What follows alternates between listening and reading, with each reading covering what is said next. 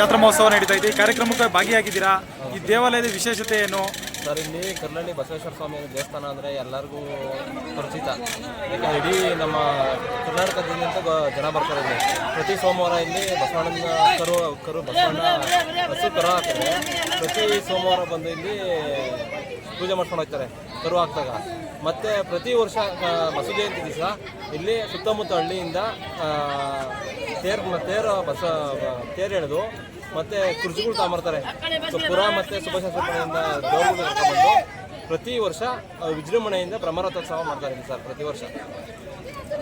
ತಮ್ಮ ಹೆಸರು? ಸುರೇಶ್ ಅಂತ ಸರ್. ಈ ಮಾಗಡಿ ತಾಲೂಕಿನ ಕರ್ಲಳ್ಳಿ ಬಸವಣ್ಣ ಅಂತ ಅಂದರೆ ಒಂದು ಇತಿಹಾಸ ಪ್ರಸಿದ್ಧ. ಏಕೆಂದರೆ ಪ್ರತಿ ಸೋಮವಾರ ಇಲ್ಲಿ ಬಂದು ಈ ಬಸವೇಶ್ವರನನ್ನ ತನ್ನ ಇಷ್ಟಾರ್ಥಗಳನ್ನು ಜನರು ನೆನೆದು ಆ ಕಲ್ಲನ್ನು ಮೇಲೆ ಎತ್ತಿದರ, ಒಂದು ಬಸವಣ್ಣನನ್ನು ಎತ್ತಿದರ ಮೇಲೆ ನಮ್ಮ ಇಷ್ಟಾರ್ಥಗಳು ಆ ಬಸವಣ್ಣ ಸುಲಭವಾಗಿ ಮೇಲೆ ಬಂದರೆ ಅದು ನೆರವಾಗುತ್ತದೆ.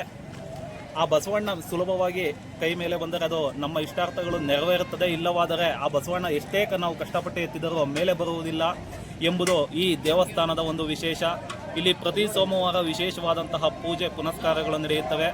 ಈ ಸುತ್ತಮುತ್ತಲಿನ ಗ್ರಾಮಸ್ಥರುಗಳು ಯಾವುದೇ ಒಂದು ಹಸುವಿನ ಪೂಜೆ ಅಂದರೆ ಆ ಹಾಲು ಕೊಡೋದಿರ್ಬೋದು ಅಥವಾ ಹಸು ಕರು ಹಾಕಿದಂತಹ ಸಂದರ್ಭಗಳಲ್ಲಿ ಸುತ್ತಮುತ್ತಲಿನ ಜನರೆಲ್ಲರೂ ಕೂಡ ಈ ದೇವಾಲಯಕ್ಕೆ ಬಂದು ಮೊದಲನೇ ಪೂಜೆಯನ್ನು ಮಾಡಿಸಿ ತನ್ನ ಪ್ರಾಣಿಗಳನ್ನು ಒಂದು ದೇವಸ್ಥಾನಕ್ಕೆ ಅರ್ಪಿಸುವುದಿರ್ಬೋದು ಅಥವಾ ಸುತ್ತಮುತ್ತಲಿನ ಆ ದೇವಸ್ಥಾನದ ದೇವರ ಹೆಸರಿನಲ್ಲಿ ಒಂದು ಅನ್ನದಾನ ಸಂತರ್ಪಣೆಯನ್ನು ನಡೆಸೋದಿರ್ಬೋದು ಅನಾದಿ ಕಾಲದಿಂದಲೂ ಕೂಡ ನಡೆಸ್ಕೊಳ್ತಾ ಬಂದಿದ್ದಾರೆ. ಹಿಂದೆ ಇದು ದೇವಸ್ಥಾನ ಭಾರಿ ಶಿಥಿಲವಾಗಿತ್ತು, ಏನೂ ಇರಲಿಲ್ಲ. ಹಿಂದೆ ಒಂದು ತಾಳಿಮರ, ಒಂದು ಕಲ್ಲಾಣಿ, ಒಂದು ಬಾವಿ ಇತ್ತಷ್ಟೇ. ಹಿಂದಿನವರು ನಮ್ಮ ಎತ್ತಮುತ್ತರು ಆ ಬಾವಿ ಹೊಡಿಕೆ ಹಗ್ಗ ಕಟ್ಟಿಬಿಟ್ಟು ದನ ಮೇಯಿಸ್ಬಿಟ್ಟು ಸಾಯಂಕಾಲದ ಹೊತ್ತು ಬಾವಿ ಹೊಡಿಕೆ ಹಾಕ್ಬಿಡೋರು. ತಿರ್ಗಾ ಬಂದು ಮತ್ತೆ ಅಲ್ಲೇ ಕುಂತಿರೋದು ಆ ವಿಶೇಷ. ಆವಾಗ ಎಲ್ಲರೂ ನೋಡ್ಬಿಟ್ಟು ಅದ್ರ ಸತ್ಯ ನೋಡಿ ಆವಾಗ ಒಬ್ಬರು ಒಂದು ದೇವಸ್ಥಾನ, ಒಬ್ಬರು ಮಂಟಪ, ಒಬ್ಬರು ಇನ್ನೊಂದು ಮಂಟಪ ಕಟ್ಟಿಸಿದ್ರು. ಆಮೇಲೆ ಆ ಮಂಟಪದಲ್ಲೇ ನಾವೆಲ್ಲರೂ ಕೂಡ ಅಕ್ಕಪಕ್ಕದ ಗ್ರಾಮಸ್ಥರು ಮತ್ತು ಊರಿನವರೆಲ್ಲ ಸೇರಿಕೊಂಡು ಇಲ್ಲಿ ಸಿಂಪಲ್ಲಾಗಿ ಅರವಣಿಕೆ ಮಾಡೋವು. ಅದೇ ಅರವಣಿಕೆನ ನಡೆಸೋಕ್ಕೆ ಎಲ್ಲರೂ ಅವಳು ಸಹಕಾರ ಕೊಡೋರು.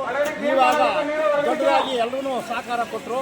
ಆ ಸಹಕಾರ ಕೊಟ್ಟ ಮೇಲೆ ಇವತ್ತು 2 ಚೌಟಿ ಆಗವೆ, 2 ಮದುವೆಗಳು ನಡೀತವೆ. ಕಡಿಮೆ ದರದಲ್ಲಿ ಮದುವೆ ಮಾಡ್ಕೊಂಡು ಹೋಗ್ತಾರೆ. ಆದ್ದರಿಂದ ಇವತ್ತು ಆ ಅರವಣಿಕೆ ಬಸವ ಜಯಂತಿ ದಿವಸ 16,000 ಜನಕ್ಕೆ ಒಂದು ವಿಶೇಷವಾಗಿ ಪ್ರಸಾದ ವಿನಿಯೋಗವನ್ನು ಮಾಡ್ಕೊಂಡು ಹೋಗೋಕ್ಕೆ ಅವಕಾಶ ಮಾಡಿಕೊಟ್ರು ನಮ್ಮ ಭಕ್ತಾದಿಗಳು. ಅದೇ ರೀತಿಯಾಗಿ ಮುಂದೆನೂ ಕೂಡ ಇದೇ ರೀತಿಯಾಗಿ ನಡ್ಕೊಂಡು ಹೋಗ್ಲಿ ಅಂತ ಹೇಳಿ ನಾನು ಆ ಬಸವೇಶ್ವರನಲ್ಲಿ ಪ್ರಾರ್ಥಿಸುತ್ತಾ ನನ್ನ ಮಾತನ್ನು ಮುಗಿಸ್ತಾ ಇದ್ದೀನಿ. ಜೈ ಹಿಂದ್, ಜೈ ಕರ್ನಾಟಕ. ತಮ್ಮ ಹೆಸರು? ರಂಗರೇವಣ್ಣ.